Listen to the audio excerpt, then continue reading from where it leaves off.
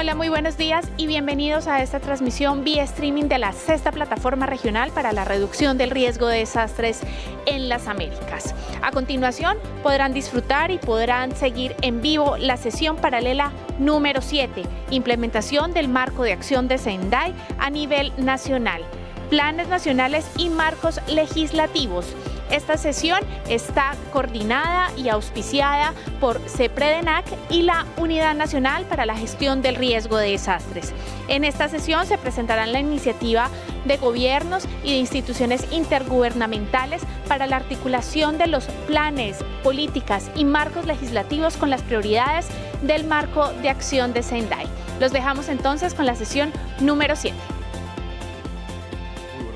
Damos la bienvenida a la séptima plenaria paralela denominada Implementación del Marco de Sendai a nivel nacional, planes nacionales y marcos legislativos. Entre los objetivos se encuentra el de difundir y analizar los avances de los países de las Américas en la actualización, armonización e implementación de sus políticas, planes nacionales de gestión de riesgo de desastres, en armonización e implementación del Marco de Sendai para el RRD. Como moderadora tendremos a Jessica Solano, gerente técnica del Centro de Coordinación para la Prevención de los Desastres de América Central y República Dominicana. Nuestros panelistas serán Belda Joseph, directora de la Organización Nacional para el Manejo de Emergencias en Santa Lucía. También nos acompañará Carlos Valdés, director general del Centro Nacional de Prevención de Desastres de México. Iván Hernando Caicedo Rubiano, subdirector de Reducción del Riesgo de Desastres de la Unidad Nacional para la Gestión del Riesgo de Desastres de Colombia. Sergio Roberto García Cabañas, secretario ejecutivo de la Coordinadora Nacional para la Reducción del Riesgo de Desastres en Guatemala. Por último, Otto Mazariegos, tesorero de la Junta Directiva de la Red Latinoamericana de Personas con Discapacidad y sus familias. Demos con un fuerte aplauso la bienvenida a nuestros panelistas.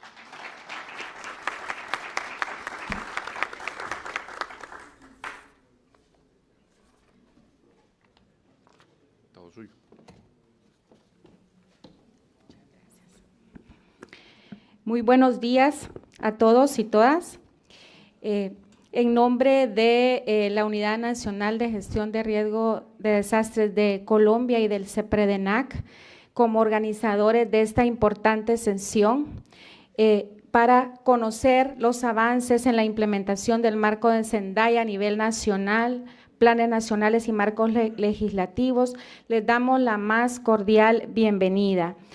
Nos acompaña especialistas y profesionales de las diferentes subregiones. Tenemos a México, a Centroamérica a través de la participación de Costa Rica, Argentina, Colombia y a una institución muy importante que se ha destacado por su contribución y aportes a la incorporación del enfoque inclusivo en las políticas y planes a través de RIADIS. Sean todos bienvenidos. Esta sesión tiene como objetivos difundir y analizar los avances que los países de las Américas han tenido no solo en la actualización, sino en la armonización e implementación de sus políticas y planes nacionales de gestión de riesgo en cumplimiento con el marco de Sendai. Asimismo, tenemos como objetivo que esta sesión nos permita fomentar un diálogo para generar propuestas de acciones que faciliten esa conexión de instrumentos de política y de su correspondiente implementación y, por qué no decirlo, aprovechar las acciones que una subregión está haciendo para extrapolar y tomarlas en consideración en otra subregión. Para cumplir el resultado de la reducción sustancial del riesgo de desastres y de las pérdidas que ocasionan los mismos, tanto en medios de vida, medios de subsistencia, salud, como bienes económicos, físicos, sociales, culturales y ambientales, las empresas, las comunidades, las instituciones de la sociedad civil, la academia, y en general los países de las Américas acá representados, pues han hecho esfuerzos para dar cumplimiento a una de las 7 metas establecidas. Esta es la única meta, la de los planes nacionales, la meta E, referida a incrementar considerablemente el número de países que cuenten con estas estrategias, adelantada a cumplirse en el 2020. Bueno, las políticas públicas, estrategias y planes nacionales, pues en esencia exponen esos principios, objetivos, ejes temáticos y lineamientos del Estado en un área en particular. Es deber de los estados y el acompañamiento también de las instituciones de los otros sectores para implementar estos instrumentos que tomen como prioridad las necesidades de la población. Sin una política, sin un plan nacional, sin una estrategia nacional, no puede haber gobernabilidad ni gobernanza, ya que deben existir este conjunto de directrices que se traducen en acciones tendientes a mejorar la calidad de vida de los habitantes. Es aquí donde radica la importancia de las políticas públicas y de los planes nacionales. Esta sesión va a desarrollarse a través de 4 fases, con 4 preguntas. Tenemos acá en pantalla para que puedan el auditorio revisar sobre qué vamos a discutir en esta sesión. Hay 4 fases de preguntas. La primera de ellos va a ser respondida por todos nuestros panelistas, orientando a cuál ha sido el apoyo de las experiencias regionales en apoyar la armonización de esos marcos nacionales con el marco de Sendai. Para ello, nuestros panelistas tendrán 5 minutos. Seremos estrictos con el tiempo, así que para nuestra consideración. La segunda pregunta es: ¿cuáles han sido las principales innovaciones? ¿Qué cambios en esas políticas y en esos planes nacionales se han dado para articularlo con el marco de Sendai? Esta pregunta estará dirigida a los panelistas representantes de Costa Rica, Colombia y Argentina, en ese orden, contando con 5 minutos. La tercera pregunta es: ¿qué recomendaciones pueden compartirse sobre este proceso de armonización y fortalecimiento de instrumentos de política para fortalecer el trabajo multisectorial y garantizar coherencia y sentido de esa corresponsabilidad institucional e interinstitucional como lo establece el marco de Sendai? Esta pregunta 3 estará dirigida a los panelistas representantes de México y Riadis. Para ello tendrán 5 minutos. Y la última pregunta: ¿cuáles son las necesidades y recomendaciones después de conocer esos avances que podemos recomendar para asegurar que estos esfuerzos de fortalecimiento de los instrumentos de la gobernanza del riesgo se traduzcan en cambios positivos y apoyo para todos los sectores y la población en general? Esta será respondida también por todos los panelistas. Tenemos en pantalla para medir el tiempo y también acá a mi derecha, por cualquier cosa nos estarán también anunciando con un semáforo. Al final de las intervenciones desarrollaremos una fase de preguntas por parte de la distinguida audiencia para la respuesta de los panelistas. Para ello, les pediríamos que al final de la sesión, pues quien desea hacer una pregunta se identifique. Vamos a pasar el micrófono con el nombre de su institución y a quién va dirigida la misma. Entonces, sin más, damos inicio. Y para responder la primera pregunta, iniciaremos con el arquitecto Iván Caicedo. Él es subdirector de la Unidad Nacional de Gestión de Riesgo de Colombia. Y permítanme también compartir la experiencia que el arquitecto ha tenido en la contribución al tema, no solo en Colombia, sino en otras subregiones. Él es arquitecto de la Universidad de América, Bogotá, con máster en medio ambiente de la Escuela Europea de Dirección y Empresa de España, especialista en prevención, atención y reducción de desastres en la Universidad Católica de Manizales. Actualmente se desempeña como subdirector de reducción de riesgo de desastres en la Unidad Nacional para la Gestión de Riesgo de Desastres de Colombia y se ha desempeñado como profesional en asistencia técnica, coordinador del grupo de riesgos del antiguo Ministerio de Ambiente, Vivienda y Desarrollo Territorial de Colombia y ha estado vinculado como consultor y asesor en gestión de riesgo de desastres y ordenamiento territorial en varios municipios de Colombia. Así pues que nos complace, arquitecto, contar con usted en este panel. Adelante. Bueno, muy bien, muy buenos días para todos.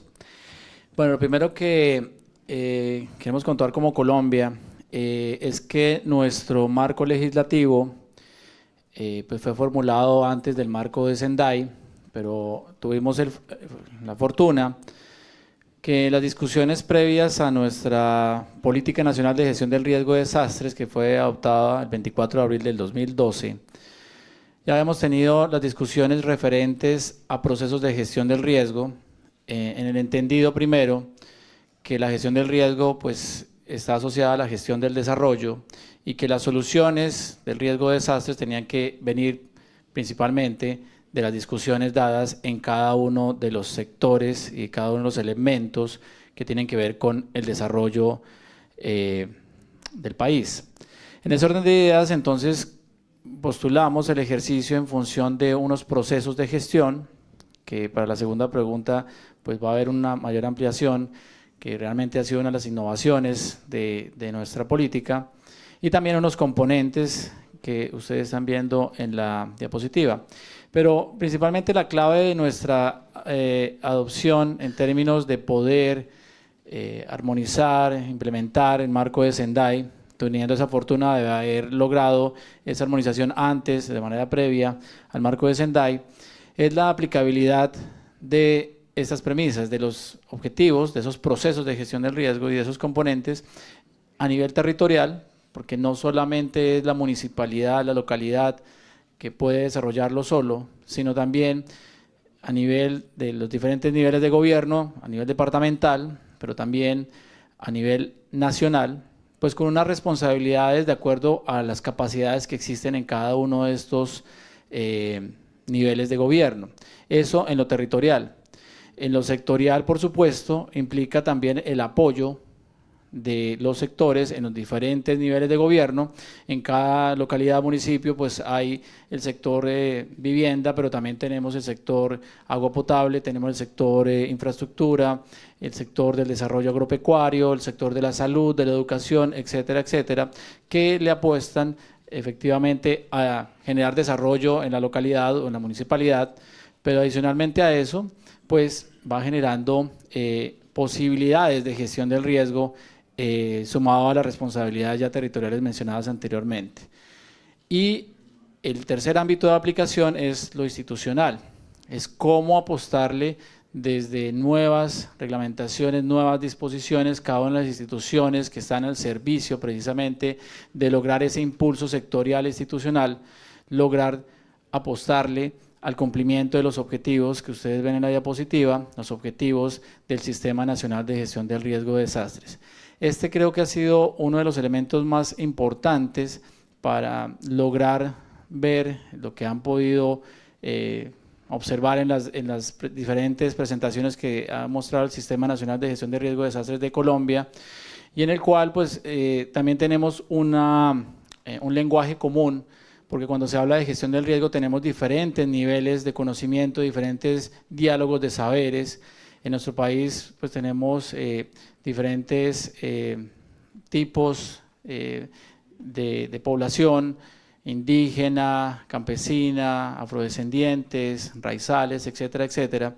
Y para poder llegar a cada una de esas comunidades con diferentes niveles, entre comillas llamamos de desarrollo, pues tenemos que tener un lenguaje común, un lenguaje universal, y esto es lo que nos posibilita en este caso que podamos aplicar la gestión del riesgo en estos ámbitos de territorial, sectorial e institucional, pero también con un lenguaje común en función de esos objetivos que más adelante responderé en los llamados procesos de gestión del riesgo. Conocer el riesgo, reducir el riesgo y manejar los desastres que están pues completamente en línea al marco de Sendai. Esto implica en conjunto pues que la política se vuelva un proceso social, que es un proceso obviamente ligado al desarrollo, como lo mencioné inicialmente, en el cual pues lo que se busca es solucionar un problema conjunto entre lo público, lo privado y lo comunitario para poder dirimir y poder sacar adelante esos conflictos que existen en función de poder solucionar el tema riesgo de desastres. Muchas gracias. Muchísimas gracias al arquitecto y damos seguimiento para responder a esta primera pregunta al licenciado Emilio Luján Renda. El licenciado Renda, desde diciembre del año 2015, se desempeña como secretario de Protección Civil del Ministerio de Seguridad de la Nación Argentina, siendo a su vez secretario ejecutivo del Sistema Nacional de Gestión Integral del Riesgo, SINAGIR. Es coronel retirado del Ejército Argentino, obteniendo el título de oficial de Estado Mayor y licenciado en Estrategia y Organización de la Escuela Superior de Guerra. Desde el año 2004 hasta el año 2013 se desempeñó como jefe del área de defensa civil del Estado Mayor Conjunto de las Fuerzas Argentinas y participó en distintos eventos adversos de origen natural ocurridos en el país y en el exterior, asesorando y conduciendo el apoyo de los para las personas afectadas.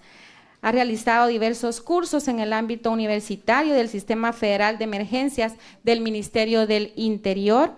En el año 2014 y 2015 también se integró al cuerpo docente de la Escuela Superior de Guerra Conjunta a cargo del Departamento de Relaciones Institucionales. Fue director también de investigación, metodología, planeamiento en operaciones de protección civil, de manera que también nos honra que nos acompañe en esta sesión. Adelante, licenciado.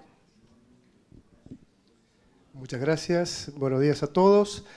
Voy en relación a la pregunta que nos convoca, la primera pregunta.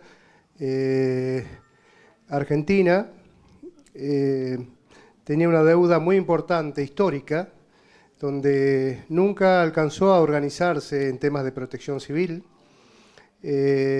Había un sistema federal que se lo llamaba Sistema Federal de Emergencia, que realmente nunca se puso en funcionamiento y estaba orientado básicamente a la respuesta. Es decir, Argentina hasta hace un poco más de 2 años no tuvo ningún tipo de organización y básicamente habíamos adquirido una gran capacidad de improvisación. Pero en octubre de este año ya estaríamos cumpliendo 2 años de la promulgación de la ley que crea el Sistema Nacional de Gestión Integral del Riesgo.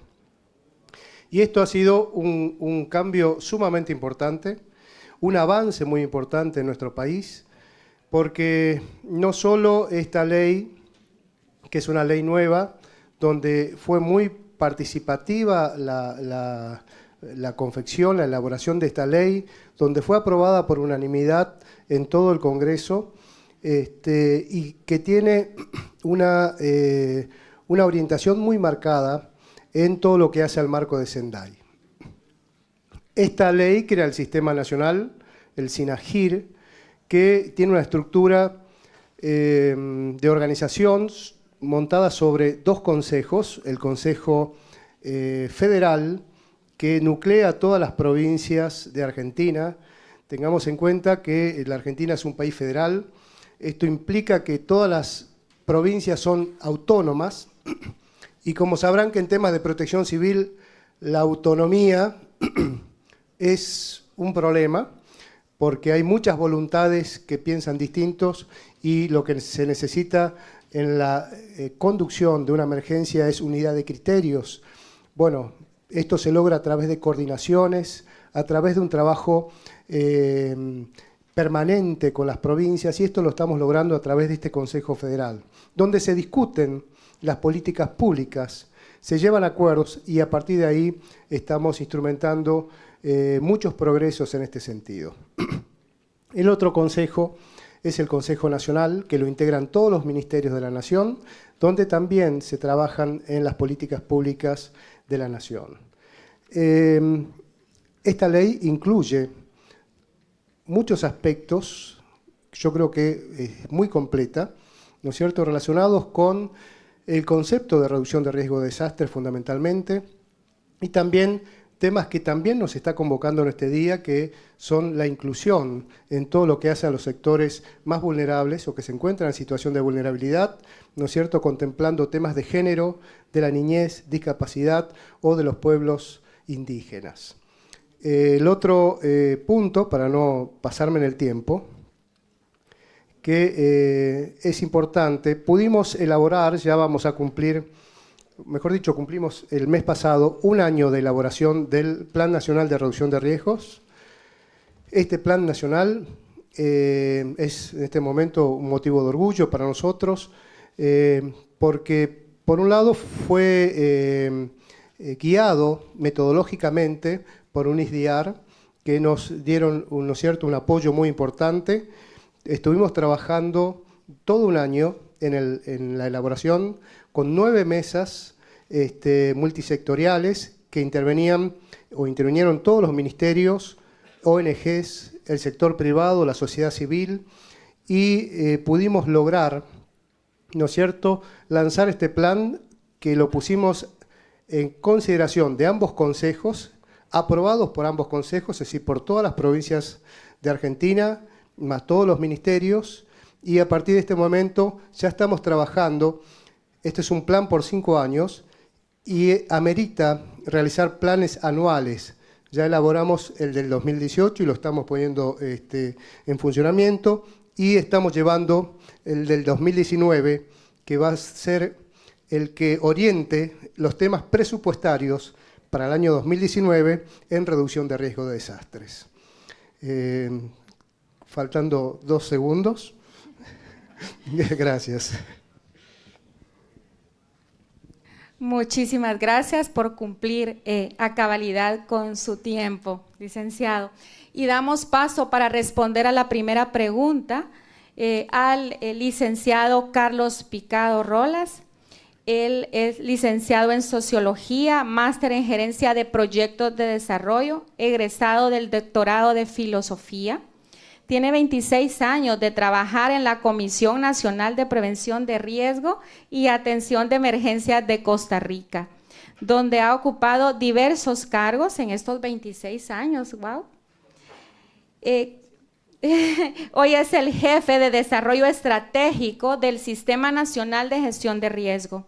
A su cargo ha estado la elaboración de los planes nacionales, pero también de la Política Nacional de Gestión de Riesgo, armonizada con el marco de Sendai, y ha participado y contribuido a procesos de planificación regional como la Política Centroamericana de Gestión Integral de Riesgo de Desastres, la PCGIR. Es docente en diversas maestrías de gestión de riesgo de la Universidad de Costa Rica, la Universidad Central y la Facultad Latinoamericana de Ciencias Sociales, FLACSO, además del Instituto Centroamericano de Administración Pública, ICAP. Un gusto tenerlo, licenciado. Adelante.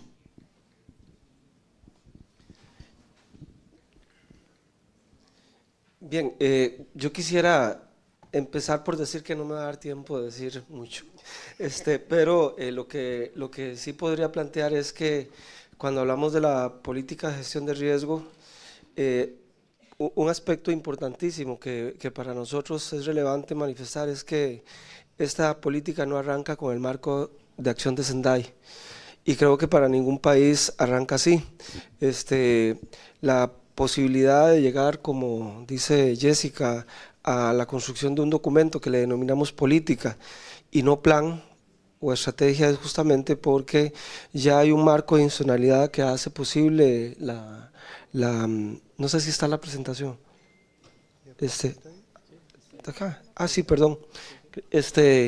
Y aquí justamente pueden ver una línea de tiempo de los últimos años donde se puede ver una serie de elaboraciones o de procesos que van desde el punto de vista del marco normativo hasta el momento en que en el año 2015 aparece el marco de acción de Sendai, pero en ese contexto hay que entender que el marco de acción de Sendai tampoco sale independiente.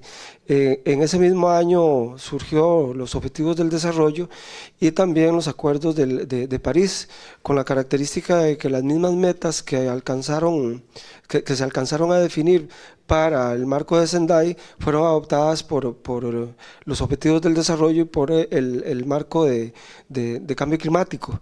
Y al siguiente año incluso el proyecto Hábitat también se desarrolló. Entonces hay una armonización de criterios, de conceptos a nivel de la política internacional que vienen a retroalimentar la agenda en materia de gestión de riesgo para un país, pero que además el país tiene una propia definición de prioridades de desarrollo. Y es en ese marco que se inscribe la Política Nacional de Gestión de Riesgo. Es una política orientada a contribuir al desarrollo del país. Fue así definida. Y esto es totalmente importante porque si vamos a buscar objetivos del desarrollo, en el marco de acción para la reducción de riesgo también debemos buscar esos objetivos. La contribución fundamental que tiene nuestra política al desarrollo es la reducción de las pérdidas por desastres y la contribución al bienestar. Hemos hecho un esfuerzo adicional en el sentido de señalar un aspecto que a veces cometimos los errores en el pasado y con esto lo corregimos, y es que buscábamos que en todos los sectores e instituciones hubiesen planes institucionales o sectoriales de gestión de riesgo o de atención de emergencias, decíamos antes también. Ya no hacemos eso. No vamos a los sectores a buscar planes, ni vamos incluso a los municipios a buscar planes de gestión de riesgo. Vamos a los sectores, vamos a los municipios, vamos a las instituciones a ver que el concepto de gestión de riesgo esté incorporado en la planificación del desarrollo que esas instituciones tienen a cargo. Entonces, esto que ustedes ven en la diapositiva, en círculos que se van hacia arriba, son una serie de documentos de política pública en distintas dimensiones. Una de ellas, la que puse en verde, la de adaptación al cambio climático, que incorpora la gestión de riesgo. No hay un plan de cada una de estas instituciones de gestión de riesgo. Hay una adopción de la visión de la política de gestión de riesgo en esa planificación. Y esto es un salto cualitativo en nuestro enfoque que pudiéramos llamarle innovador, pero que en realidad para los aspectos de la innovación tengo algunas otras cosas que señalar. Y entonces, básicamente, para no pasarme del tiempo, esta diapositiva lo que trata de evidenciar es que efectivamente desde que fueron los objetivos del milenio, tuvimos claro que había un marco de política internacional que seguir y diseñamos un plan nacional de gestión de riesgo que estuvo vigente desde 2010 al 2015, y ahora que viene el nuevo marco, junto con los objetivos del desarrollo, elaboramos un documento de política que es el sustento de lo que es el plan. La política está diseñada para los mismos 15 años del marco de acción de Sendai y de los objetivos del desarrollo. Y los planes son 3 planes quinquenales. Estamos en el actual plan, ya tenemos, eso los desarrollamos en el 2015, inmediatamente que surgió el marco de acción y los objetivos del desarrollo, los elaboramos. Y este plan quinquenal es el que estamos ejecutando en este momento.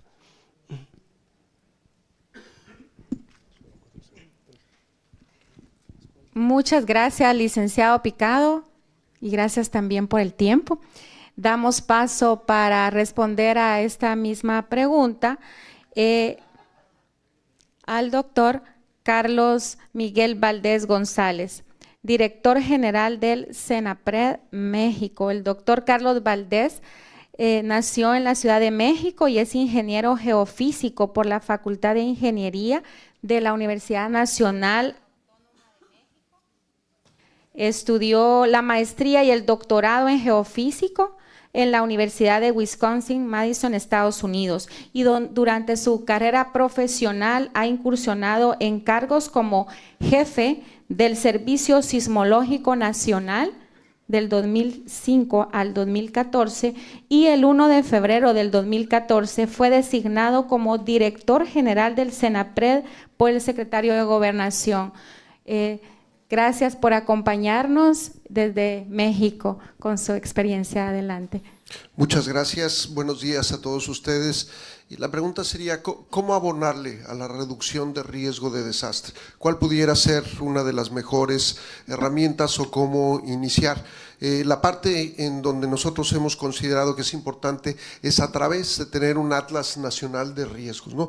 Este atlas, que es multisectorial e interdisciplinario, es una herramienta que le permite al gobierno federal el trabajar determinando cuáles son estos riesgos a los que estamos expuestos.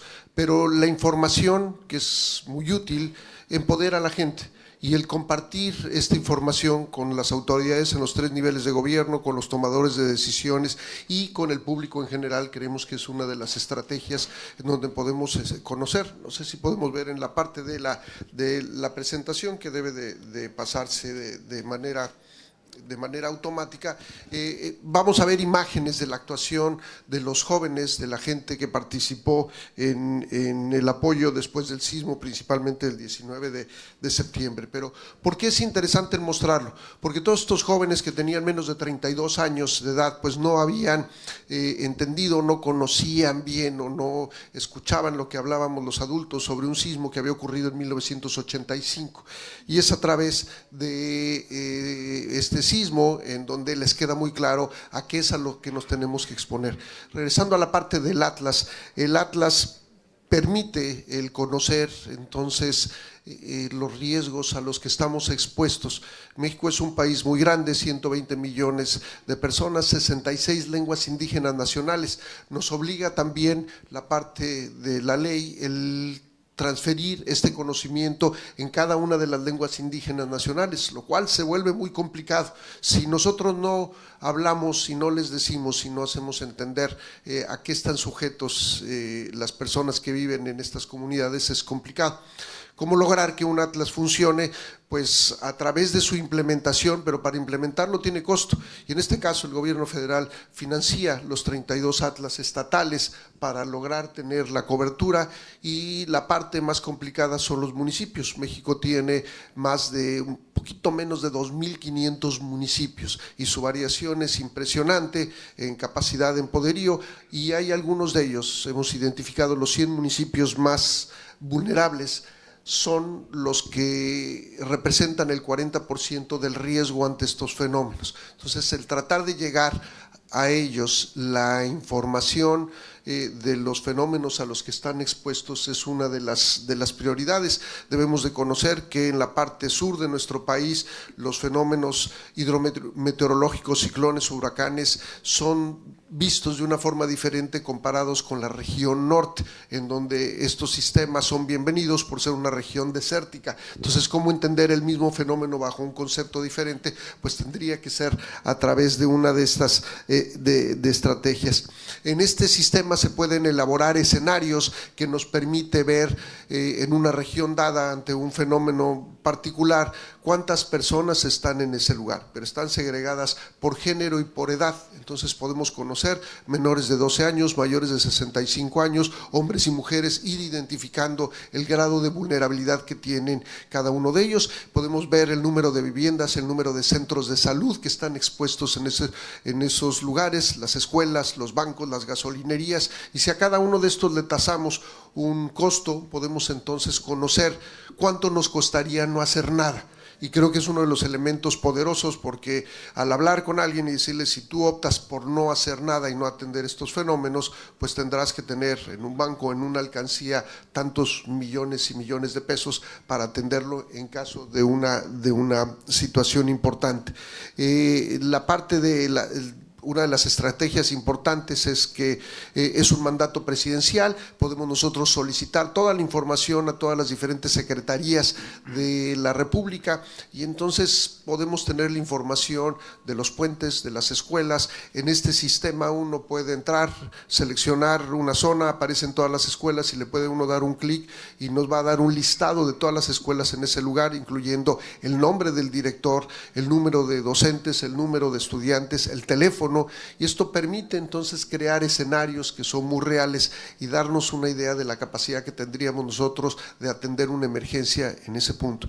Uno de los aspectos importantes en la parte del sismo fue que se pusieron las fracturas y los hundimientos que generaron estos sismos o que agravaron estos sismos del 7 y 19 de septiembre, y después de 2 días había 2 millones de personas que habían accedido a este sistema. Entonces lo que nos hace reflexionar que la gente requiere de la información, necesitamos conocer, si no sabemos a qué estamos expuestos y qué tipo de efectos van a tener estos fenómenos, pues no podremos atender de una manera adecuada. Primero la emergencia, pero más que nada abonarle a la parte preventiva. Entonces un Atlas Nacional de Riesgos pues nos ha servido como una herramienta muy útil y muy importante. Gracias.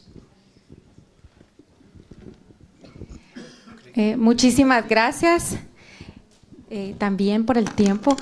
Y bueno, sabemos que las políticas y los planes nacionales para que sean realmente efectivos deben considerar a todos los sectores, y en esta sesión hay un invitado muy importante para también compartir con nosotros desde su visión cómo se ha dado el involucramiento como actores del desarrollo a las personas con discapacidad. Y nos acompaña el señor Otto Mazariegos. Él es una persona con discapacidad visual, con una licenciatura en Ciencias de la Comunicación. Trabaja actualmente en la Municipalidad de la República de Guatemala, con amplia experiencia dentro del movimiento organizativo de personas con discapacidad. En la actualidad se desempeña como tesorero de la Junta Directiva de la Red Latinoamericana de Personas con Discapacidad y sus familias, RIADIS, y como responsable de RIADIS para temas de gestión inclusiva del riesgo. Entre los cargos que ha ocupado destacan presidente del Consejo Nacional para Atención de las Personas con Discapacidad, CONADI, presidente de la Asociación Nacional de Ciegos de Guatemala, y miembro de la Junta Directiva de la Coordinadora de Personas con Discapacidad de Guatemala. Ha participado en múltiples foros y seminarios a nivel internacional. Recientemente estuvo participando en el Foro Iberoamérica y en la sesión de enfoque inclusivo en el 4º foro consultivo de la PCGIR en Centroamérica, desde la cual, desde la subregión Centroamérica, ha también manifestado y proyectado propuestas para la incorporación y la acción en las políticas públicas. Sea muy bienvenido, señor Otto. Adelante. Gracias, buenos días. Quiero comenzar agradeciendo las muestras de solidaridad hacia mi país por la erupción del volcán de fuego, que fue un lamentable desastre que dejó muchas secuelas. Como miembro de la Red Latinoamericana de Organizaciones de Personas con Discapacidad y sus familias, consideramos que es muy importante la inclusión de las personas con discapacidad en las acciones y planes relacionadas con la gestión integral de riesgo y desastres. Pensamos que el avance que como colectivo de personas con discapacidad ya está plasmado en papel, y la mayor carta de inclusión que tenemos es el marco de Sendai, donde se incluye a las personas con discapacidad no como beneficiarios, sino como un sector con toma de decisión, ya que las personas con discapacidad tenemos mucho que aportar bajo nuestra experiencia en cuanto a la gestión integral del riesgo y desastres. Entre estos marcos normativos también está la Convención de Derechos de Personas con Discapacidad. En el artículo 5 nos habla de la no discriminación e igualdad que las personas con discapacidad tenemos para ser incluidos en todos los órdenes de la vida social y política de nuestros países. También en el artículo 11 habla de las situaciones de riesgos y desastres y ayudas humanitarias, y esto nos permite también tener un instrumento para ser integrados en todo tipo de gestiones. En el Acuerdo de París es otro instrumento que nos beneficia, y también la agenda humanitaria, así como también la participación en la declaración de DACA, donde recientemente tuvimos la oportunidad de participar y que mandata o invita a los gobiernos a generar acciones en beneficio del cumplimiento de los mandatos del Marco de Sendai. Y esto desde el reporte, implementación y monitoreo. También hemos logrado incidir en la región centroamericana, en la política centroamericana de gestión integral del riesgo, donde hemos logrado algunos avances de la inclusión de las personas con discapacidad, y anteriormente esto no era posible. Pero lo más importante, dentro de mi experiencia en mi país y en la región centroamericana, un proyecto que estamos trabajando con ASB de Alemania y la Red Latinoamericana de Organizaciones de Personas con Discapacidad y sus organizaciones en la región, es que hemos logrado despertar el interés de las personas con discapacidad de informarse respecto de la gestión integral de riesgos y sobre todo la forma en que las personas con discapacidad debemos ser incluidas. Pero también los entes rectores se han interesado en dialogar y aprender respecto de la inclusión de las personas con discapacidad. Y muestra de ello es la firma del convenio entre el Consejo Nacional para la Atención de las Personas con Discapacidad, CONADI, de Guatemala, y la Coordinadora Nacional de Reducción de Desastres, CONRED. Este acuerdo interinstitucional nos va a permitir tener incidencia en los planes nacionales que van encaminados a la inclusión de las personas con discapacidad, así como estar incluidos en la nueva Política Nacional de Gestión Integral de Riesgos y la nueva SINAGIR. Hablar de experiencias de capacitación con líderes y lideresas de las asociaciones y de las organizaciones de personas con discapacidad ha sido muy importante, porque también los entes rectores nos han permitido llegar a ellos para informarlos y capacitarlos respecto de los derechos de las personas con discapacidad y su inclusión en el tema de gestión integral de riesgos. También hemos generado dentro de las capacitaciones algunos instrumentos metodológicos que nos han permitido capacitar a líderes comunitarios, docentes, escolares y autoridades en el tema de la inclusión de gestión integral de riesgos, como lo es las normas mínimas de edad y discapacidad, así como también la guía didáctica para docentes y escolares del nivel primario y secundario. Pero estamos apuntando a la implementación de la guía comunitaria, porque creemos que a través de los líderes y lideresas comunitarias podemos tener una incidencia realmente efectiva y que las personas con discapacidad sean visibilizadas y también puedan ser parte de las acciones de preparación ante los desastres. También quiero decir que para nosotros es muy satisfactorio que las personas con discapacidad estemos en los espacios donde ahora hay toma de decisión.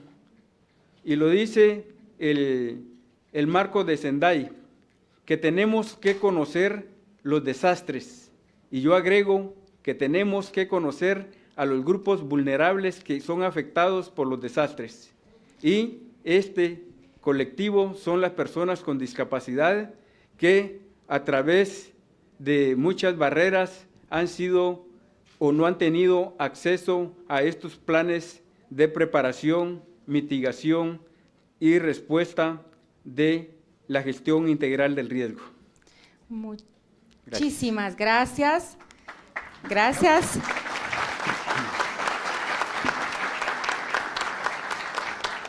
Muchísimas gracias por compartir sus propuestas y su respuesta al señor Otto Mazariegos. Y para continuar con nuestra sesión, daremos paso a la respuesta de nuestra segunda pregunta planteada al inicio de la sesión sobre precisamente esas innovaciones y cambios, como ya se ha mencionado en los diferentes países, que han permitido ese proceso de armonización y articulación y complementariedad de acciones en cada uno de los países.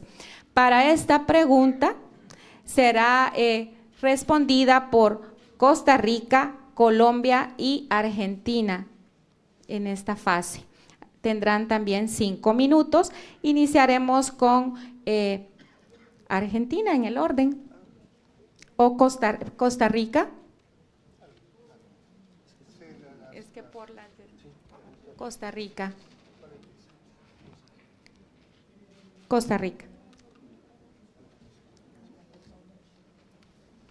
Pueden iniciar. Muy bien.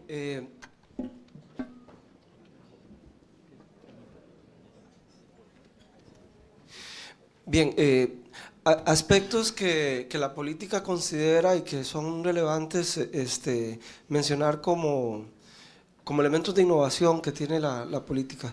Esta parte del documento de la política son los principios y de cara a ustedes, del lado izquierdo, están a los que me voy a referir, que están en blanco, que hablan de la resiliencia, la inclusión social, la transformación, la adaptación y la innovación.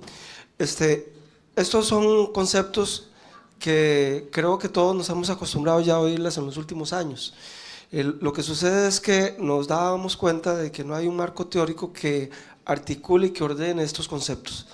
Desde una perspectiva de innovación, la innovación no solamente debe verse desde la perspectiva de qué componente tecnológico, informático, etcétera, voy a incorporar a mi gestión, sino también qué nuevos conceptos voy adoptando. Y estas palabras no deberían quedar en el vacío, sino realmente tener un significado para el abordaje que tenemos. Entonces, quisiera referirme, por ejemplo, al concepto de la inclusión social, porque justamente con la presentación que me antecede, claramente se identifica la necesidad de esta incorporación, pero el tema es que en la política, en los documentos de planificación en general, hoy en día debe estilarse, ya es un elemento que es importante, un ámbito, un sector, un eje que enfoque hacia la gobernanza, y es a cómo vamos a incorporar a los actores al cumplimiento de una política. Con el marco de Sendai, sobre todo con el GAR 2015, quedó planteado claramente que la gestión del riesgo no es una responsabilidad del Estado, sino que es una responsabilidad compartida de muchos actores, y sobre todo del sector privado. Y cuando se plantea acá, justamente el tema no es el punto de vista de quien aparece como un beneficiario de la política, sino como de quien aparece como un actor político, que debe convertirse en un agente de cambio en las acciones, en las actitudes. Toda política debe tener un capítulo de gobernanza que justamente nos oriente al cambio de las responsabilidades, al cambio de los compromisos y al cambio, y el tema, por ejemplo, cuando hablamos del cambio de actitudes, indudablemente el concepto del conocimiento y el aprendizaje es fundamental. Un poco estos principios están ahí planteados, no me voy a extender más. El otro componente importante es que nos han venido hablando del concepto de los indicadores, pero tenemos un problema con Sendai, y es que cuando hablamos de la estructura de indicadores en función de los compromisos o resultados que se quieren medir, uno hubiese esperado que las acciones o que las acciones prioritarias respondieran cada uno a los indicadores y resultados esperados que Sendai nos plantea. Pero si ustedes lo revisan, en realidad no hay una relación directa entre cada una de las prioridades de acción y un resultado esperado.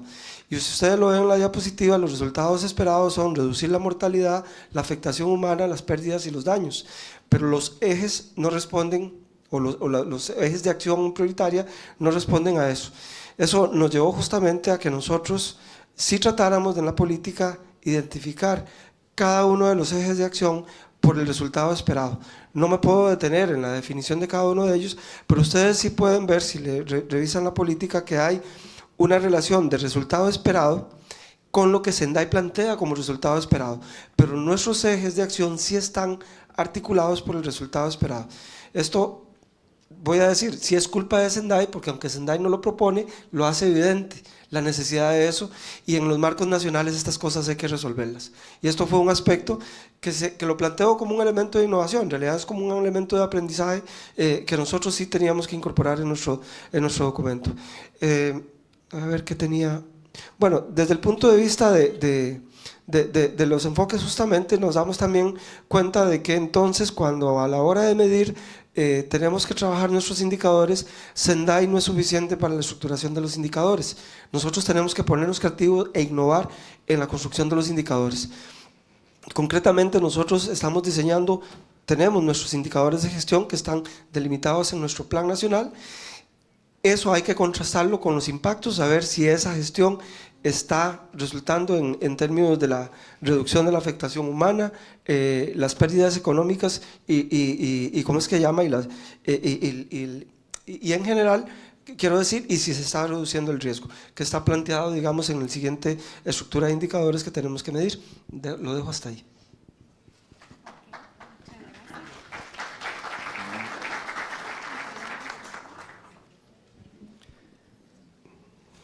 Gracias. Argentina, por favor. Bien, en este punto. Puede empezar en lo que. Bien, sí, creo. Bien.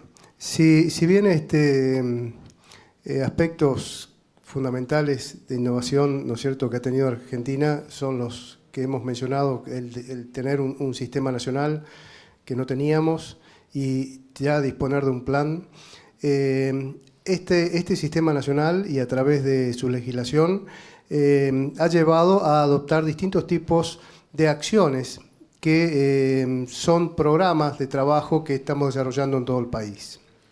Uno de estos programas es el de mapas de riesgos.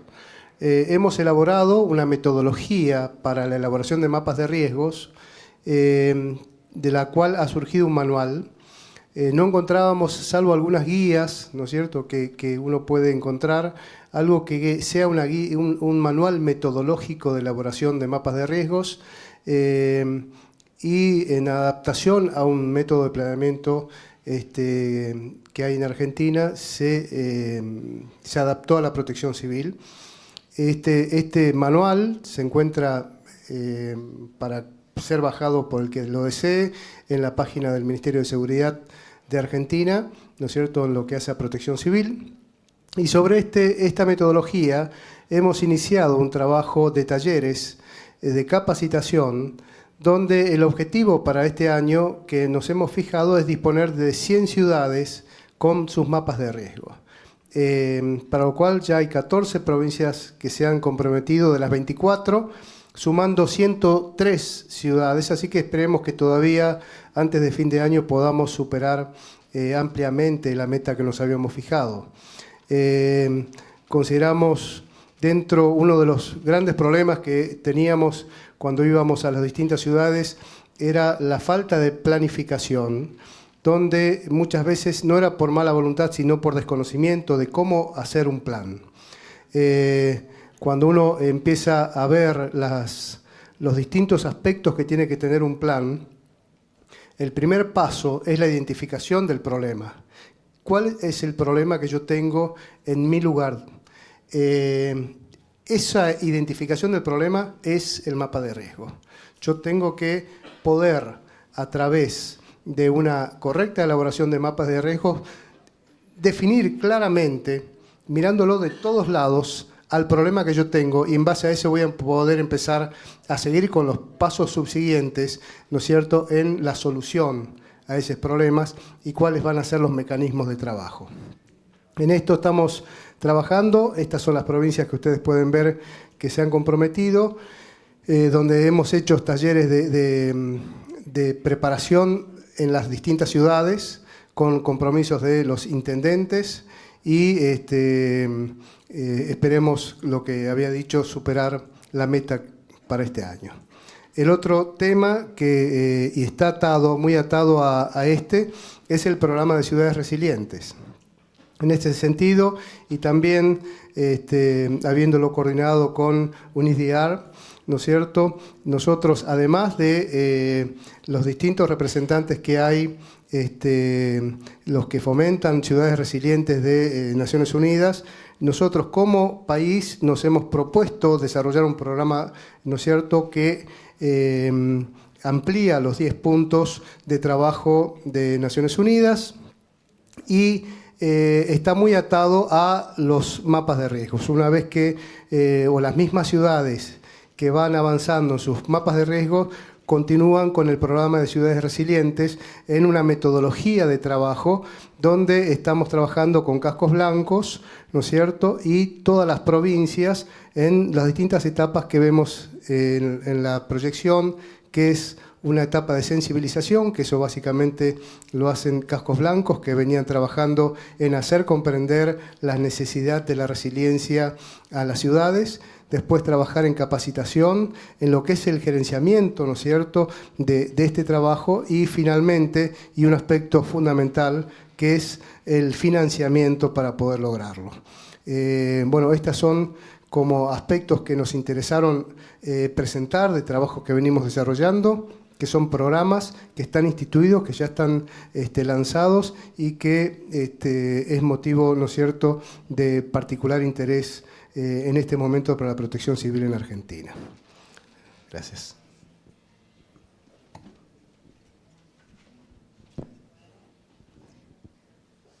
Bueno, y para finalizar entonces este segundo bloque, damos la palabra a Colombia. Bueno, muy bien. Recogiendo la respuesta de la primera pregunta en función de los ámbitos de aplicación que tenemos en Colombia para la gestión del riesgo de desastres, donde hay responsabilidad de todas las autoridades y habitantes del territorio colombiano en función de lo territorial, lo sectorial y lo institucional, las principales innovaciones de nuestra Política Nacional de Gestión de Riesgo inicia desde pasar de la gestión de las emergencias a la gestión del riesgo de desastres, en el entendido también que para nosotros la gestión del riesgo se ataca o se inicia en función de la propia gestión del desarrollo económico, social, ambiental del país. Entonces, los principales elementos pues que hicimos en función como innovación, como para poder determinar un sistema nacional. Veníamos de un sistema con un orden jerárquico territorial donde existían unos comités de prevención y atención de desastres. Pasamos a un sistema regido por procesos de gestión del riesgo, donde se generan también esos objetivos de nuestro sistema, todo lo que nosotros aportemos desde las políticas, normas, regulaciones, instrumentos, planes, programas, proyectos, todo lo que se hace en el país para poder solucionar algún problema, y en este caso inherente al riesgo. pues tendrá que ver y está regulado por esos procesos de gestión del riesgo. El conocimiento del riesgo, donde inicialmente tenemos la caracterización, la priorización de escenarios de riesgo, los análisis, el monitoreo, el mundo de los sistemas de alerta temprana, también la comunicación del riesgo, pero de ahí con esos insumos poder alimentar, insumar el siguiente proceso, que es la reducción del riesgo, donde podemos planear no para la respuesta, porque eso vendrá más adelante en otro proceso, sino que en este caso para planear en función del propio desarrollo, planear de manera prospectiva, adelantarnos. En nuestro país tenemos un vasto dimensionamiento de planes para el ordenamiento territorial, para el desarrollo, para la inversión pública, pero también para el ordenamiento ambiental, pero también para el patrimonio cultural, para el desarrollo social, la salud, la educación, en fin. Entonces, todo esto se fue generando en función de poder articular e incorporar la gestión de riesgo en los diferentes instrumentos de planeación, pero por supuesto también necesitamos generar un instrumento que organizara esa discusión. Más adelante voy a hablar de los planes de gestión de riesgo en los diferentes niveles, en diferentes sectores. Pero también, no solamente adelantarnos a la generación de nuevas condiciones de riesgo, sino también mitigar, controlar, corregir las actuales condiciones, que es la mitigación del riesgo. Y otro elemento importante, que es la protección financiera, el aseguramiento de los bienes públicos, pero también el aseguramiento individual, y en Colombia hemos avanzado también en el aseguramiento colectivo en algunas ciudades, donde toda la municipalidad, la ciudad, pues está asegurado ante diferentes fenómenos que puedan generar daños y pérdidas. Y en el manejo de los desastres sí volvemos a destacar el tema de la preparación para la respuesta, que era, digamos, la herencia que traíamos del sistema anterior, y la preparación para la recuperación post-desastres. Todo esto se relaciona como un elemento importante para generar desarrollarlo mediante los componentes del sistema. Tenemos una estructura organizacional con consejos de gestión del riesgo, donde se reúnen los diferentes ámbitos territoriales, el municipio, el departamento, que es el nivel intermedio, y la nación, para, en el ámbito de sus propias competencias y alcances, poder solucionar, discutir de manera horizontal los temas que aquejan o el conocimiento, la reducción o el manejo de los desastres. Se hablan de los consejos de gestión de riesgo, pero no era solamente generar ese orden jerárquico con esa estructura organizacional, sino ponerlos a planear en función de los instrumentos que ya existían, el ordenamiento territorial, la ordenación de cuencas, todo lo que mencioné anteriormente, pero también en función obviamente de organizar la discusión con los planes de gestión del riesgo. Actualmente ya tenemos un Plan Nacional de Gestión del Riesgo con 2 años de vigencia. Los 32 departamentos del país tienen planes de gestión del riesgo y estamos alrededor del 98-99% de los municipios. Tenemos 1.102 municipios que ya cuentan con sus respectivos planes municipales de gestión del riesgo, todos planeando en función de esos 3 procesos: conocimiento, reducción y manejo. Pero esto no se hace solo, se hace también en función de poder tener unos mecanismos de financiación. El principal de ellos, que delimitó nuestra política, es poder contar con fondos de gestión del riesgo en los diferentes niveles territoriales. Fondo Nacional, los 32 de los 32 departamentos con fondos departamentales, y los 1.102 municipios también con sus fondos municipales de gestión del riesgo. Ya me pusieron la tarjeta roja. Finalmente, es los sistemas de información en los cuales se aglutinan la información, bases de datos, cartografía, la georreferenciación, pero también las actas, los acuerdos, los planes, se van a organizar en un sistema de información para la gestión del riesgo de desastres. Como ustedes ven, alineados, digamos, con el marco de Sendai, y donde estos componentes se vuelven la gobernanza de nuestro sistema nacional, ligado ya en la Política Nacional de Gestión del Riesgo. Gracias. Muchas gracias a los 3 por responder esas acciones innovadoras, y para continuar sobre la base de lo que se ha hecho y los aspectos innovadores, pediríamos al representante de México y de READIS que nos puedan también compartir la tercera pregunta. ¿Qué recomendaciones nos pueden dar entonces sobre este proceso que se ha dado de armonización y coordinación de los instrumentos y sobre estos enfoques innovadores? Iniciamos con el señor Otto, de READIS. Eso es en cuanto a la tercera pregunta. ¿O es la...? Sí, la tercera pregunta. Nosotros creemos que consideramos que las tres grandes recomendaciones serían la visibilización y empoderamiento de las personas con discapacidad en el tema, así como también tener en cuenta el tema de la accesibilidad y diseño universal.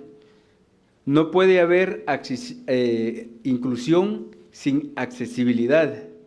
Y es que muchas veces se considera que la accesibilidad es solo construir rampas para que puedan acceder a espacios físicos las personas usuarios de silla de ruedas. El diseño universal va más allá, y es que también para el hecho de construir rampas no basta con buenas intenciones de quererlas hacer. El Manual de Diseño Universal nos da especificaciones técnicas que nos dicen desde cuántos grados tiene que tener el ángulo de ascenso de una rampa, así como las medidas en los descansos, y que, por ejemplo, al final de una rampa, para que pueda girar una persona sin ningún problema, tiene que tener un espacio de 150 centímetros cuadrados, por poner un ejemplo. Pero la accesibilidad también va en crear las condiciones para que las personas con discapacidad puedan desplazarse libremente en edificios públicos y privados. De nada nos sirve tener rampa de ingreso si los baños no son accesibles. También el Manual de Diseño Universal nos dice que las puertas deben de tener 90 centímetros de ancho para que puedan ingresar las personas con discapacidad, así como las barras de apoyo. Pero también la accesibilidad para las personas con discapacidad visual tiene que ser a través de señalizaciones como guías táctiles o información en braille. De la misma manera, las personas con discapacidad auditiva necesitan de señales o de información escrita para poder desenvolverse de la mejor manera. Repito, sin accesibilidad no es posible la inclusión. Esa es una de las grandes recomendaciones, y así como también es muy importante que haya registros, porque el marco de Sendai nos habla de segregar datos por edad, sexo y discapacidad. Pero si ni siquiera tenemos información en nuestros países a nivel general, no podemos hacer esta desagregación de datos, y por eso es que nosotros apuntamos a que los líderes comunitarios puedan ir haciendo los registros de las personas con discapacidad que están en sus respectivas comunidades. El desastre del volcán de fuego nos enseñó de que realmente no teníamos registro de las personas damnificadas. A través del CONADI se visitó los albergues temporales y se detectó que habían 135 personas con discapacidad albergadas, pero no tenemos un registro de cuántas personas hay desaparecidas o fallecidas por, repito, la falta de datos. También estamos promoviendo la accesibilidad en los albergues inclusivos, porque, como repito, no se necesita solo de rampas, sino se necesita que tengan todas las condiciones necesarias para que las personas con discapacidad puedan pernoctar de una manera digna, y que también puedan tomarse en cuenta las necesidades específicas de las personas con discapacidad. Y estos son los ajustes razonables. Cuando hablamos de accesibilidad, hablamos de que es una accesibilidad universal, es para todos, pero los ajustes razonables son de acuerdo a las necesidades de cada persona con discapacidad. Gracias.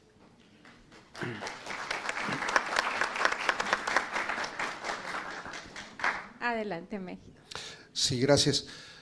¿Qué recomendaciones podemos tener y podemos continuar con la parte del Atlas? Uno, que todas las políticas públicas estén alineadas en la parte del Atlas Nacional de Riesgos.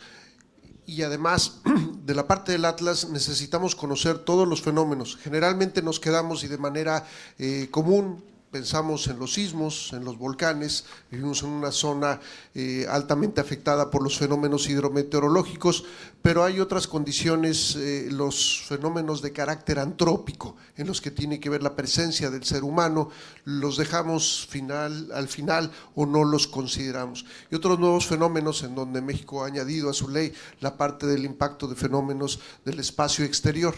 Y uno pensaría ahí nada más, por ejemplo, el aspecto de los meteoritos, y no es el único, y hablamos de los meteoritos porque en México el impacto conocido en la zona de Chicxulub, en la región de la península de Yucatán, hace 65 millones de años, se considera que es el impacto masivo que termina con los dinosaurios, ¿no? No quisiéramos enfrentarnos a algo así en la actualidad, pero en otros que son muy comunes y que lo podemos ver el día de hoy con este sol esplendoroso, ¿cuánto tiempo aguantaríamos afuera con este sol, ¿no?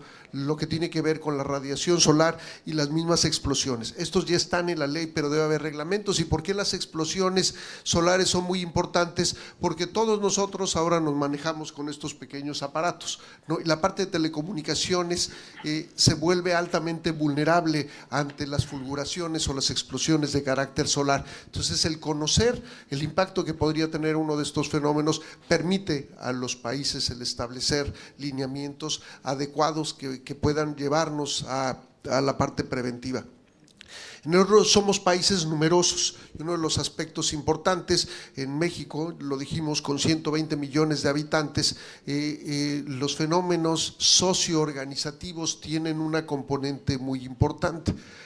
No sé si ustedes conocen cuál es la recomendación a nivel mundial de cuántas personas deberían de estar en un metro cuadrado. ¿Alguien sabría? ¿No?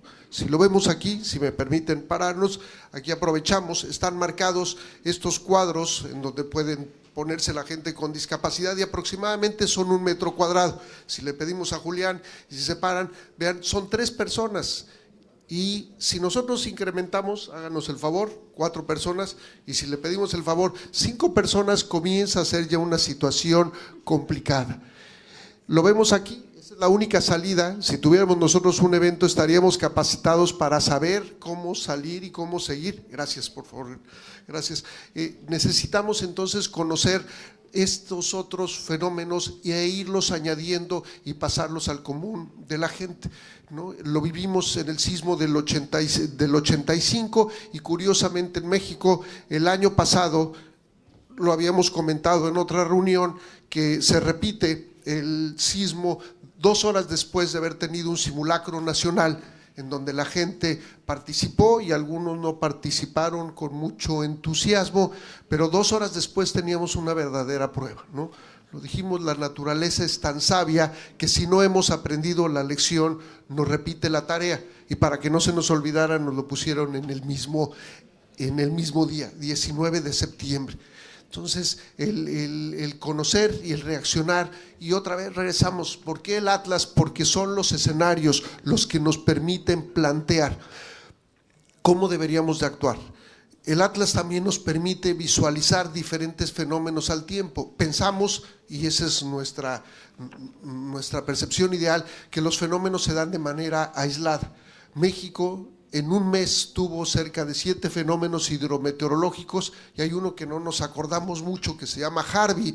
Harvey, este huracán, cruza la península de Yucatán en México sin tener afectaciones y entra a Estados Unidos en Houston y genera una cantidad de daños impresionantes.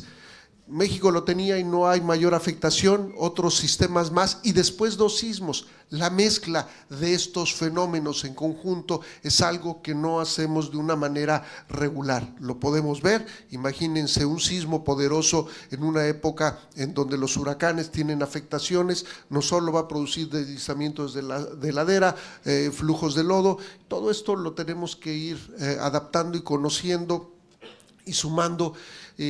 la característica, lo que hablamos, los fenómenos de origen socioorganizativo son muy importantes. Con esto terminaría mi intervención. Gracias. Muchísimas gracias por sus valoraciones y recomendaciones también muy importantes.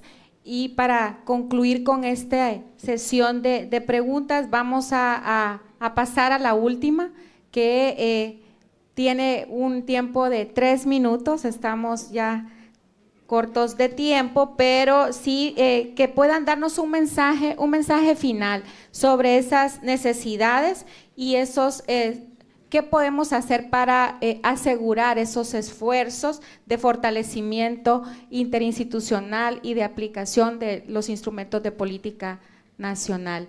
Así que en mi orden, acá vamos a empezar y finalmente terminaríamos con el señor Otto para poder facilitarles a la audiencia un video. Bueno, muy bien, nosotros planteamos o tenemos en este momento varios retos del Sistema Nacional planteado con los ámbitos de aplicación, con los procesos, con los componentes del sistema que nos posibilita, digamos, generar muchas oportunidades y caminos para poder gestionar el problema llamado riesgo. A nivel territorial tenemos en este momento un gran reto importante, tenemos un cambio de gobierno, ya en próximos meses habrá un nuevo presidente, existirá un nuevo Plan Nacional de Desarrollo y por supuesto nuestro reto es articular el Plan Nacional de Gestión del Riesgo de Desastres al próximo Plan Nacional de Desarrollo, pero también seguir consolidando el ejercicio de articular los planes municipales, planes departamentales a este esfuerzo del Plan Nacional de Gestión del Riesgo 2015-2025. Igualmente robustecer el esquema de financiamiento, porque tenemos planteados los fondos a nivel nacional, departamental, municipal, con muy buenos éxitos, pero realmente nos faltan seguir generando, incentivar esos esfuerzos locales y departamentales en función de la financiación del sistema y otros esquemas adicionales asociativos, no solamente desde lo público, sino también desde lo privado y esfuerzos que existan también a nivel comunitario.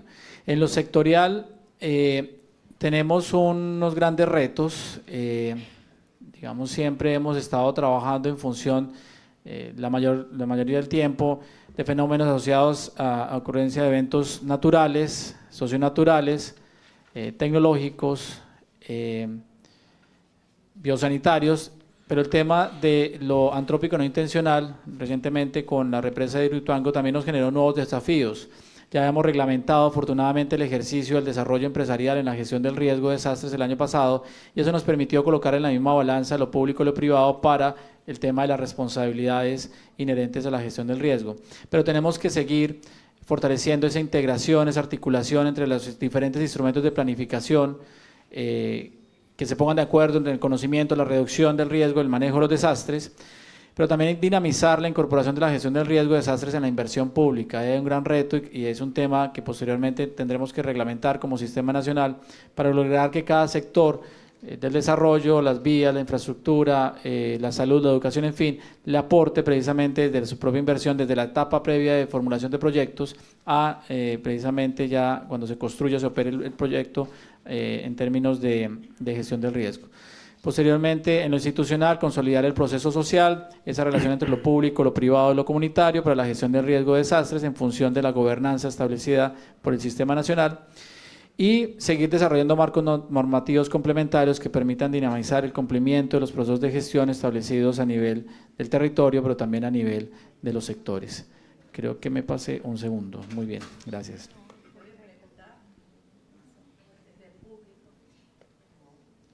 Tendremos al final una fase de... Bien.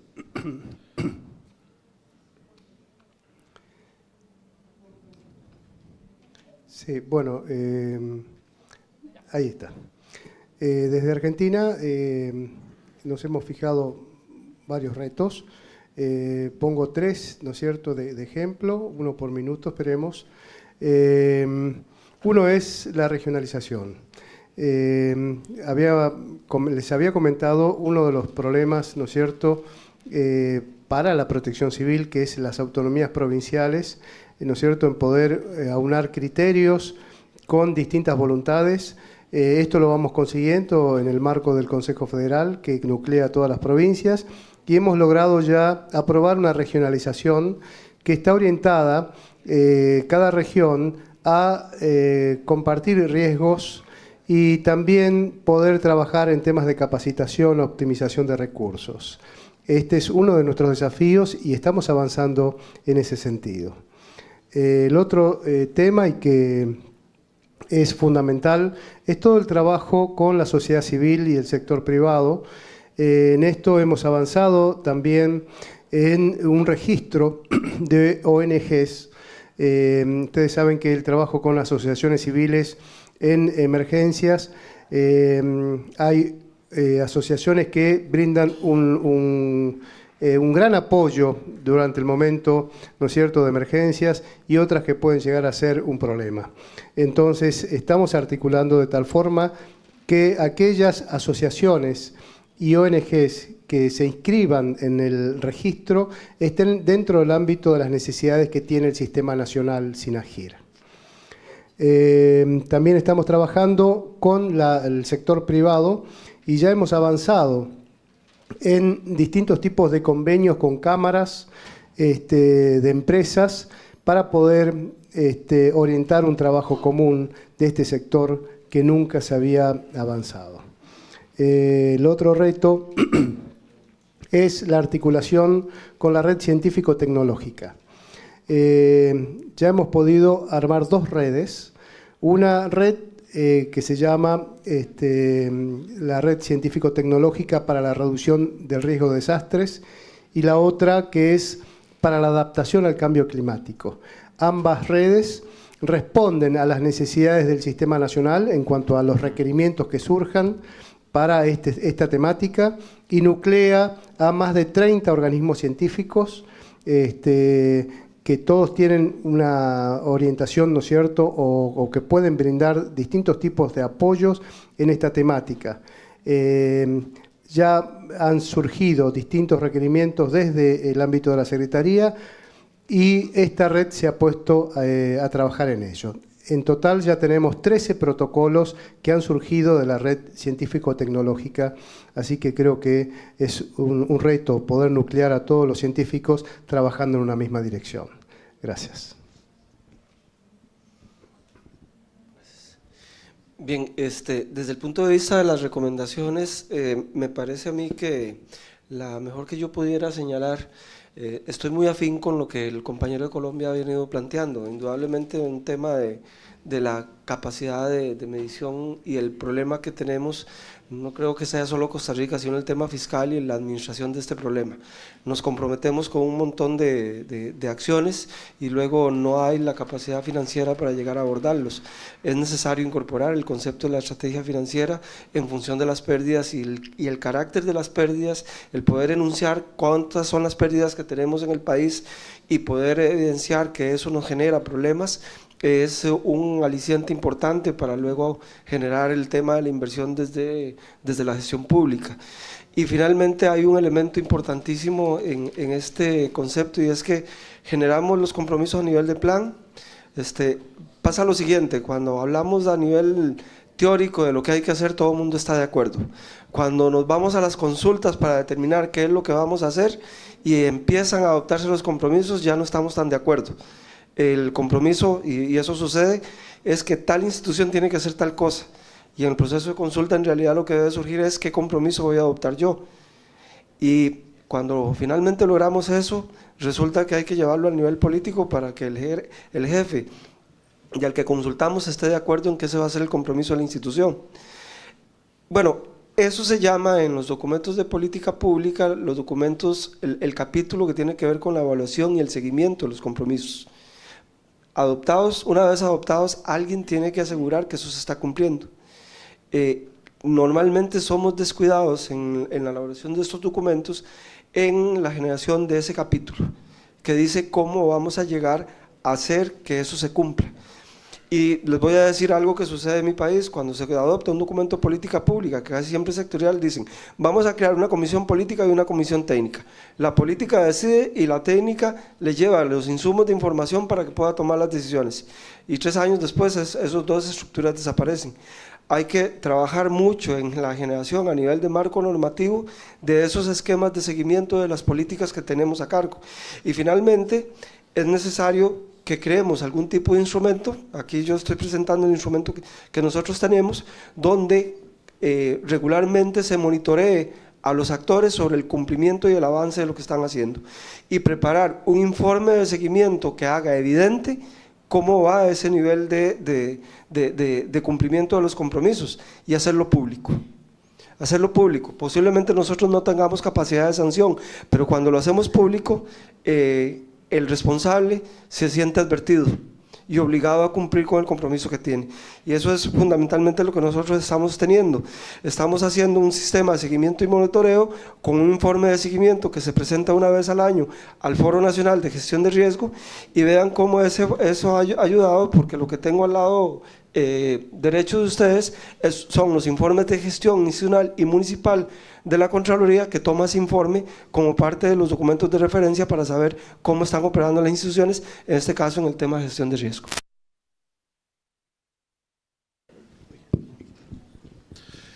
Sí, gracias.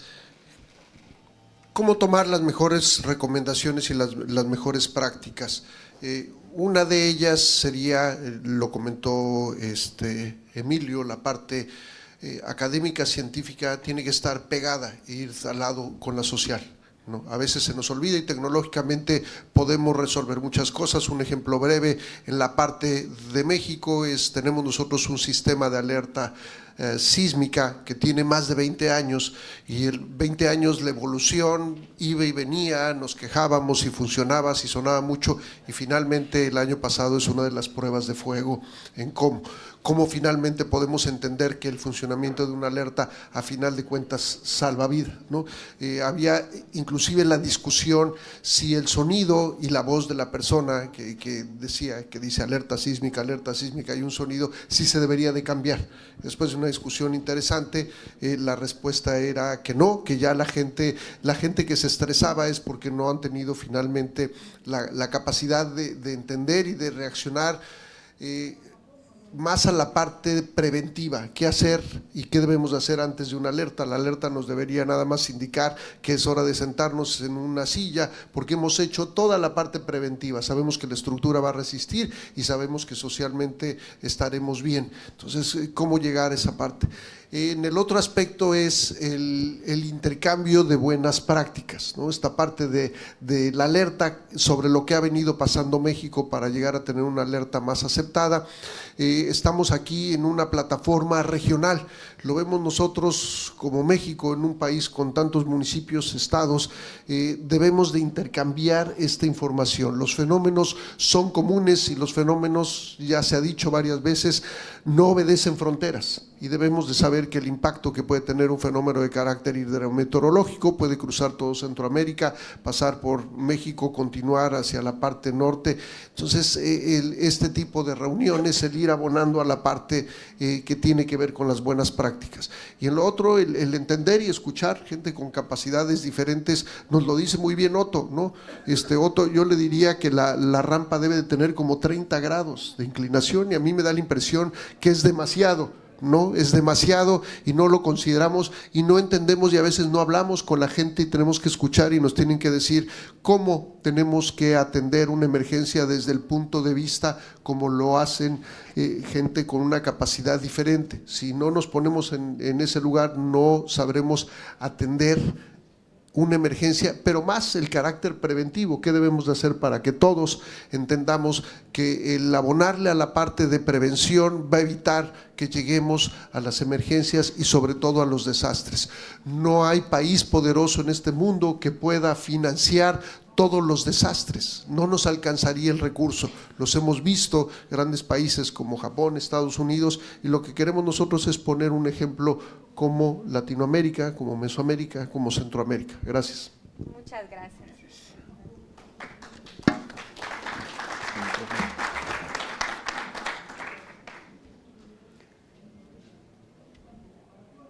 Adelante, señor Otto.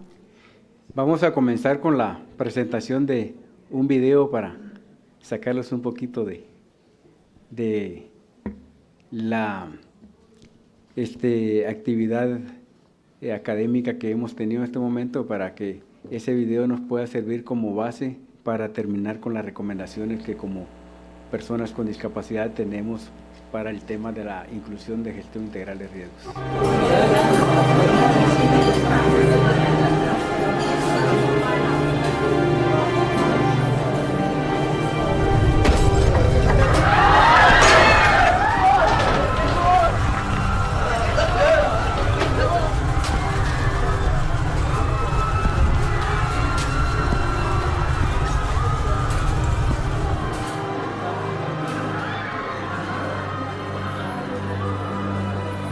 Por una gestión de riesgos ante desastres, inclusiva y sin barreras.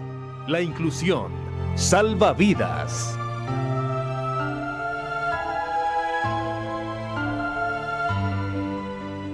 Este video es parte de la campaña que estamos impulsando en Centroamérica, ASB de Alemania y RIADIS, la inclusión salva vidas, y es que hemos venido hablando hoy de cómo el que las personas con discapacidad seamos incluidas en todas las acciones de la gestión integral de riesgo puede llevarnos a contribuir a reducir las muertes o afecciones de las personas con discapacidad ante los desastres naturales y antrópicos.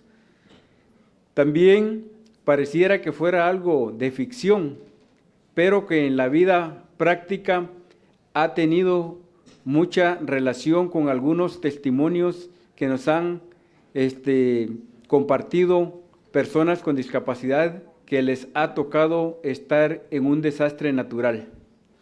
Ante esto, nosotros queremos dejar 3 recomendaciones. La primera es que se siga manteniendo el diálogo entre las personas con discapacidad y los entes rectores para que realmente podamos ser aliados estratégicos de las instituciones que tienen que ver con la gestión integral del riesgo para poder tener una participación más directa como lo marca el marco de Sendai. La otra recomendación es que ya es tiempo que terminemos con el asistencialismo, que las personas con discapacidad podemos ser actores de nuestras propias decisiones y que tenemos la capacidad de decidir ante cualquier situación en la vida, y que ya no se nos vea como personas asistidas o beneficiarias. Y en el tema de gestión de riesgos, el marco de Sendai es muy claro que debemos ser protagonistas de todas las acciones, programas, planes y políticas que tengan que ver con la gestión integral del riesgo. Y la otra recomendación tiene que ver también con el uso adecuado de la terminología de las personas con discapacidad. Y es que a veces se tiene el temor de decir que una persona es ciega. ¿Cuántas veces nos hemos encontrado ante una situación que nos quieren presentar y así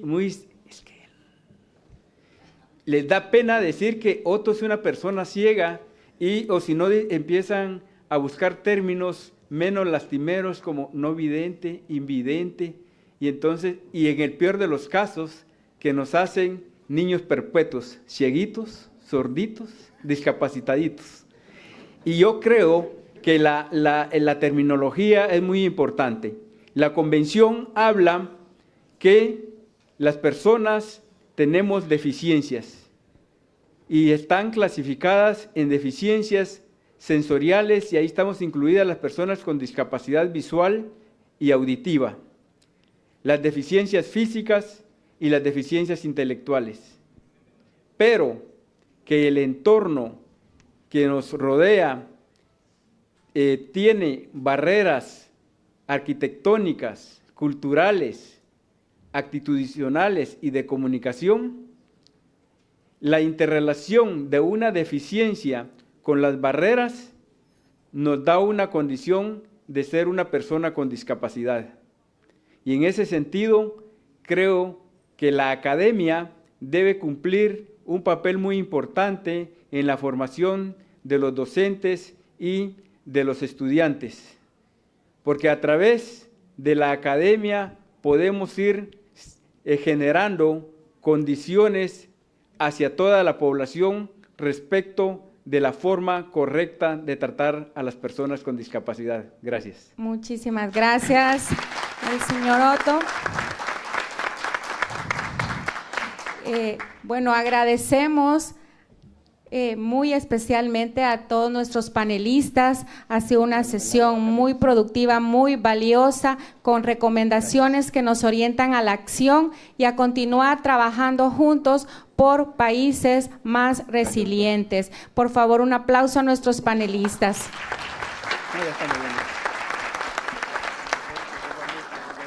Por efectos de tiempo, lamentablemente no vamos a poder tener el espacio de preguntas, pero por favor anoten este correo electrónico y a través de mi persona voy a hacerlas llegar a cada uno de ellos para que podamos seguir intercambiando en el tema. Muchísimas gracias. Mi correo es jsolano@cepredenac.org. Muchísimas gracias y gracias a todos.